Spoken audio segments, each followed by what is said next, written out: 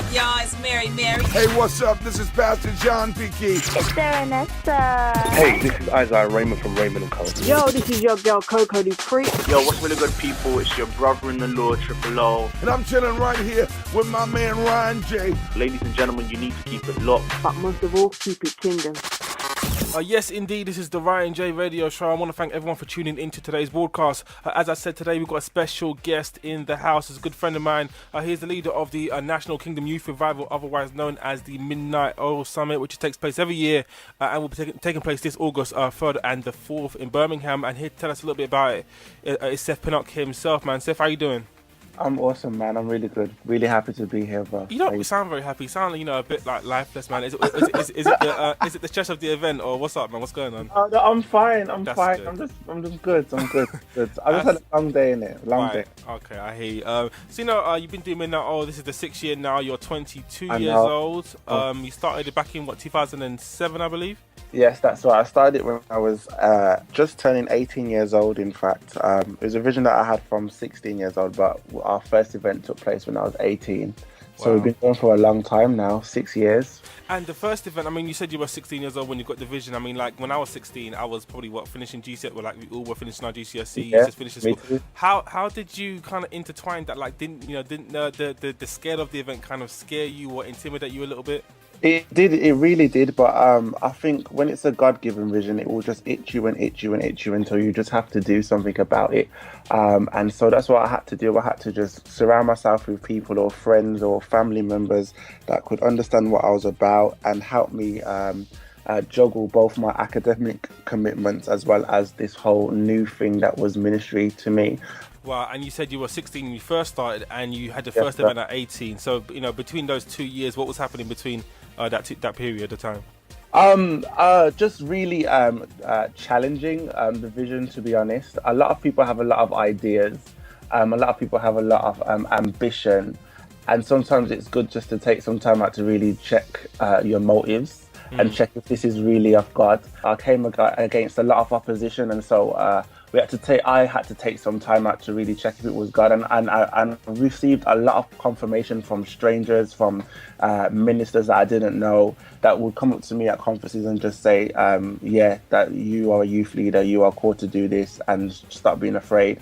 Right, exactly. And when you done your first event at 18 years old, how did it turn out? I wasn't there. I came, I think, the third year, but for the first couple of years I wasn't around. So tell us what that was really like as an 18-year-old to hold such a message. I don't think I know anyone else in the UK that has really done something like that at such a young age. So what was it like? What was the response like? How did it turn out? Just tell us everything. It was crazy. The first event we did was Midnight Oil in 2007, and we saw around 800 people turn up from across the country. Wow.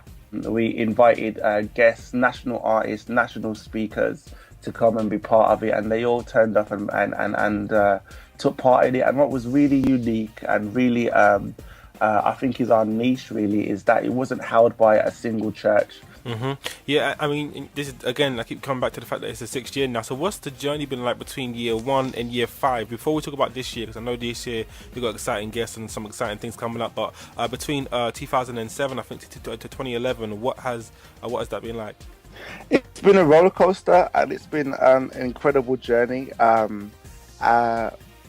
been that question is so... It's so broad, right? It's so broad. Yeah. But it's been an incredible journey. A lot of hurdles, a lot of heights, a lot of great memories. I've met amazing people. I've been able to, I always say, I've been able to sit with kings and talk at governmental meetings, and I've been able to do a lot of things that I will never think would be possible if I didn't really step out by faith. But most of all, I've just really seen the grace of God on my life, to be honest. Right, and what have some of the major challenges been? I know you said you had quite a lot of hurdles, a lot of challenges, but what have the ones that have been the hardest for you to deal with? There's the finance issue, obviously. Yeah, of course. We are a non-profit organisation, and so we get no funding from the government for what we do. So we do everything from packing bags in Asda during Christmas to washing cars. This year we're going to do a Zumba class for everyone. Wow. Do whatever we can do to raise funds for the event.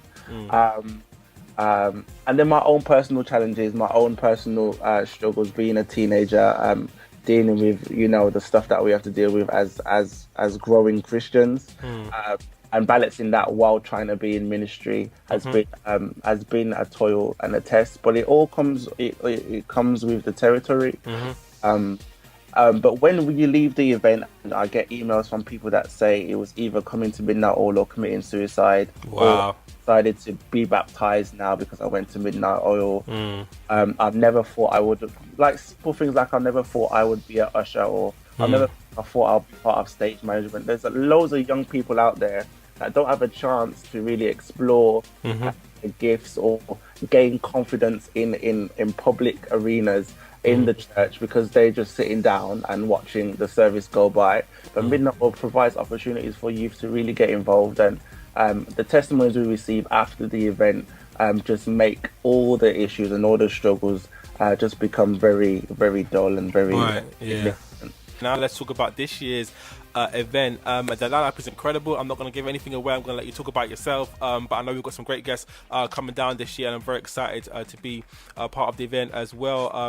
So tell us about it. I mean, August 3rd to the 4th, man. What else is going on for Midnight Oil 2012? What's happening?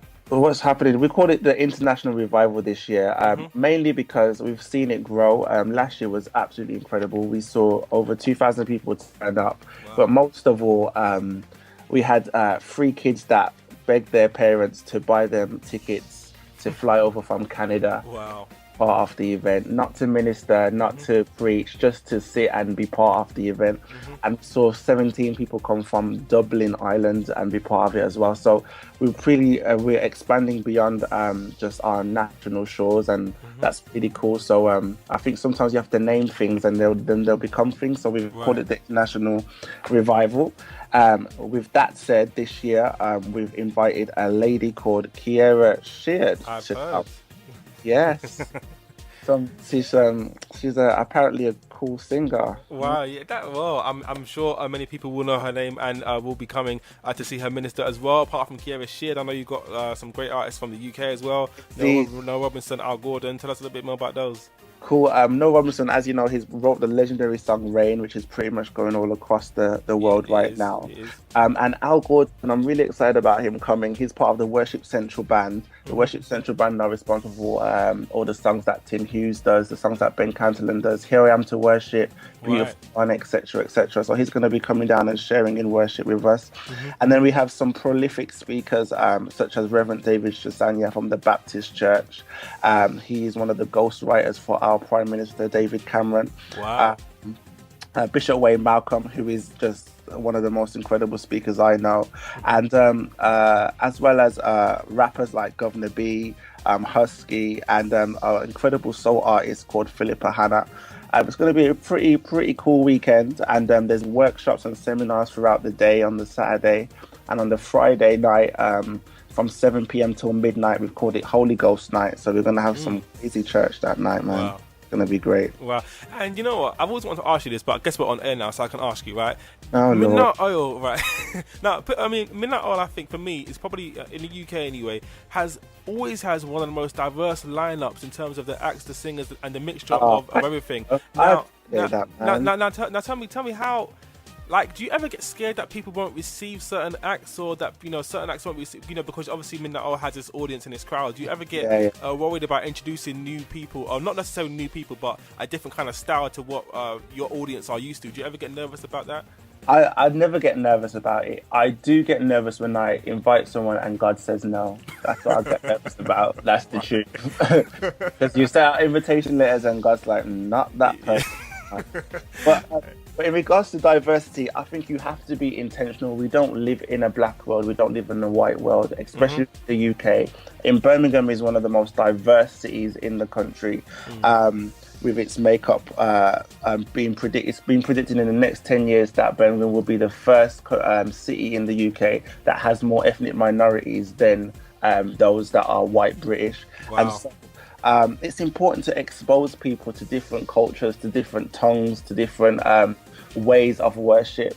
And that's what we do. We're intentional with that. I think people are limited by their exposure. And so we want to have everything from the Asian worship bands with their Indian dole bands, Indian dole drums rather, to the white rock bands. We want it all, and so I think Midnight Oil is about the whole church coming together, and the whole church doesn't play a Hammond organ, and the whole church doesn't do tap dances, war cries. The whole church is a plethora of things, not demising that either, because it's all part of the beautiful tapestry that is Christianity. Everything from the nun that is just praying in her little secluded room, to the massive prayer conferences that Benny Hinn does. It's all part of the ecosystem of Christianity, and I think sometimes we have to celebrate that, knowing that we all need each other, as opposed to one being better than another. Definitely, man. And I know this year you have some, you created even more opportunities by starting, I think, like the Good News Choir and the Flow Dance Ministry. Yeah, we get loads of emails every year. Go ahead, sir. No, go on. Just tell us about Flow and the Good News Choir.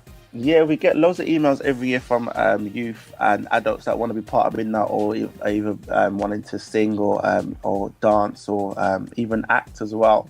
And so it was my idea to put together a community choir that anybody can join from whatever city you're from. So we have 3 cities that are hosting the choir this year: Manchester, Birmingham and London. The rehearsals will take place simultaneously in those cities, and it will all culminate at Midnight Oil, as well as Flow, which is a pretty cool dance team.